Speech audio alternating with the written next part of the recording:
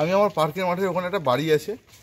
আমার ওই বাড়িটা থেকে আমি বেরিয়ে আমার ওই লোটন আছে, আর ওখানে বাড়ি নামিয়ে দিয়ে বাড়ি যাই। তো লোটনকে বললাম যে আজকে কেউ নাই, লোটন বলল যতকে বাড়ি নামিয়ে দিচ্ছি। ঠিক বানকপাড়া বাম্পারটা ক্রস করে রোডের মুখটা ঢুকতে যাবো রানিং গাড়িতে, প্রথমে বিভৎস জোরে একটা গাড়ির পিছনে আওয়াজ হয়। আওয়াজ হওয়ার সঙ্গে সঙ্গে আমি আমার ড্রাইভারকে বলি, শুরুকে বলি গাড়িটা ঘুরিয়ে টানার সমস্যা হয়, পিছন থেকে আবার একটা আওয়াজ। তখন আমরা গাড়ি একদম ফুল স্পিডে বেরিয়ে চলে এলাম।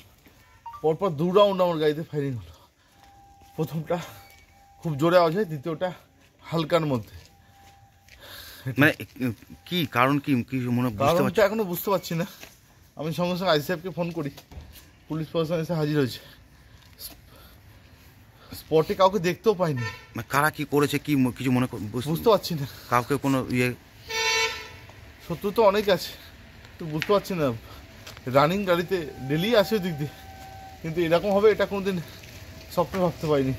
এলাকায় আমাদের, আমি সকালবেলা এমনিতেও বাইক নিয়ে এলাকায় ঘুরে বেড়াই, কিন্তু গাড়িতে 4 চাকাতে এরকম হবে রাত্রিবেলায়, এটা ধরছড় বাইরে।